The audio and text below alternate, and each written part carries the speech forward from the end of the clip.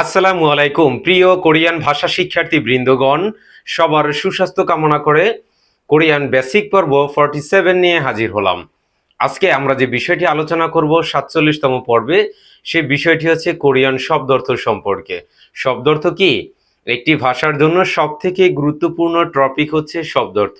সেক্ষেত্রে শব্দার্থটি যত বেশি আপনি দ্রুত শিখতে পারবেন, ভাষার চঞ্চলতা, ভাষা বলা, ভাষার দক্ষতা অর্জন করা, ছোটখাটো বিষয় মনে রাখা সব থেকে আপনি দ্রুত মাইন্ডে সেট করতে পারবেন।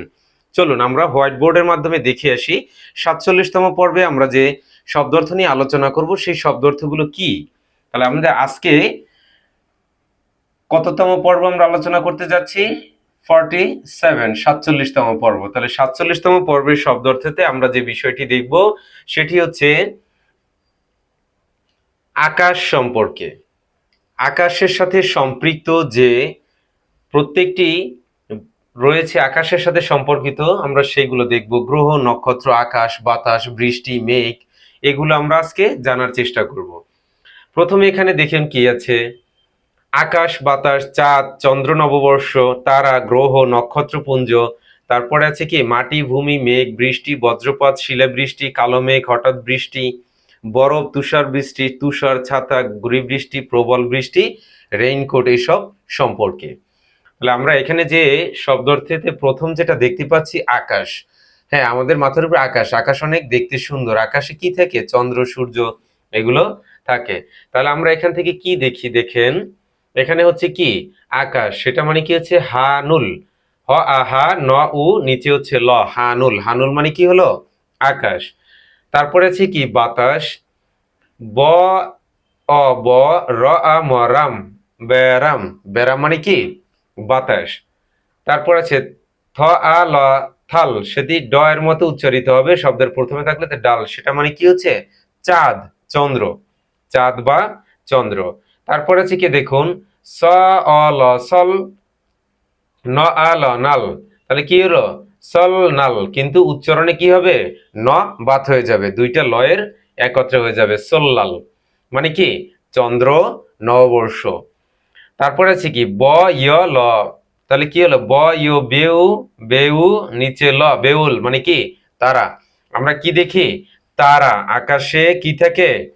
তারা থাকে, চাঁদ তারা দুটোই থাকে। তারপরে কি আছে দেখুন, হয় ইয়, নিচে ইয়ং, হ্যাং, স অ ইয়ং, সিয়ং, হ্যাং সিয়ং, মানে কি? গ্রহ। আমরা পৃথিবী গ্রহে বাস করি, এরকম আরো কতগুলো গ্রহ রয়েছে, সেই গ্রহগুলো হচ্ছে এখানে আমাকে কি করতে হবে? দেখতে হবে। তারপরে কি আছে দেখুন, বেউল জারি, বেউল, ব ইয়, নিচে ল, বেউল, যা র ই রি, বেউল জারি, মানে কি? নক্ষত্রপুঞ্জ। তারপরে কি আছে দেখুন, থাং, দুইটা থিয়ত আর নিচে হচ্ছে কি ইয়ং, থাং, থাং মানে কি? মাটি বা হচ্ছে কি ভূমি। তাহলে তারপরে কি আছে দেখুন, গ ও গু, র উ ম, রুম, গুরুম, গুরুম মানে কি? মেঘ। তারপরে আছে ব ই বি, বি মানে কি? বৃষ্টি। এরপরে হচ্ছে কি স অ ন, সন, দেনে কি আছে দ উ ইয়ং, দং। তাহলে কি হবে? সিয়ন্দং, মানে কি? বজ্রপাত। সিয়ন্দং মানে কি? বজ্রপাত।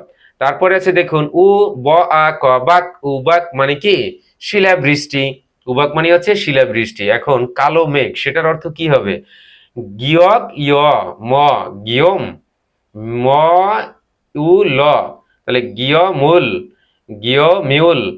তারপরে আছে কি গ ও গো, র উ ম, রুম। তাহলে কি হলো? গুলিউম, গুরিউম। তার মানে কি? গিওমিউল, গুরিউম।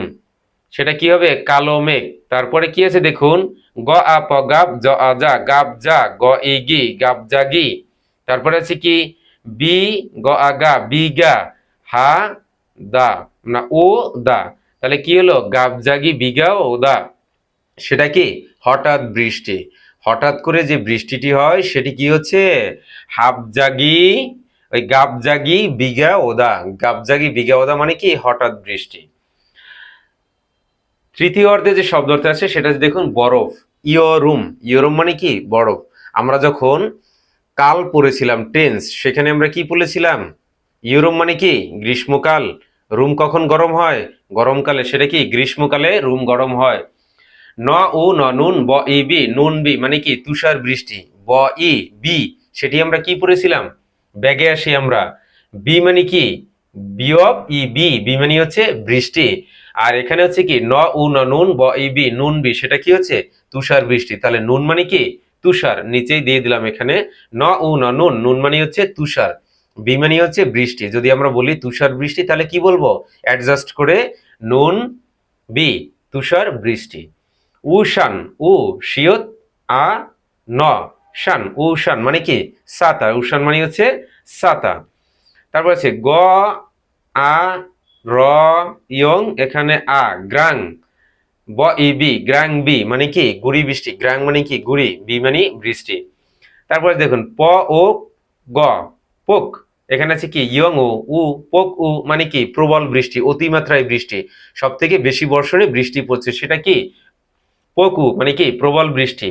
উ ব ই বি উ বি মানে কি রেইনকোট, শুধু বি কি ছিল বৃষ্টি ছিল, নুন বি কি ছিল তুষার বৃষ্টি ছিল, নুন মানে কি ছিল তুষার, আর এখানে কি হচ্ছে উ বি মানে কি রেইনকোট, রেইনকোট। তাহলে আজকের 47তম পর্ব থেকে আমরা আকাশ বাতাস চাঁদ নক্ষত্র তারা পুঞ্জ গ্রহ আমরা এই বিষয়টি জানলাম। অবশ্যই আপনি একটি স্ক্রিনশট নিয়ে নিন প্রতিবারের মতোই, কারণ স্ক্রিনশটটি নিয়ে থাকলে আবার কি হবে আপনার জন্য লিখতে পড়তে এবং বুঝতে সুবিধা হবে। যত দ্রুত আপনি কি করতে পারবেন কাউন্ট করতে পারবেন, আপনার জন্য সেটা কি হবে না কমপ্লিকেটেড হবে না বা প্রবলেম সৃষ্টি করবে না। অবশ্যই ভিডিওটি বেশি বেশি দেখুন, বারবার হচ্ছে খাতায় লিপিবদ্ধ করুন, তাহলে কি হবে দ্রুত আপনার জন্য কোরিয়ান ভাষা শিখতে অনেক বেশি কার্যকর হবে। তো সবাই ভালো থাকবেন, সুস্থ থাকবেন, দেখা হবে আগামী কোনো এক পর্বে। ততক্ষণ দোয়া রইল আপনাদের জন্য মনের অন্তঃস্থল থেকে। এখন বিদায় নিচ্ছি আজকের মতো এখানেই। আল্লাহ হাফেজ।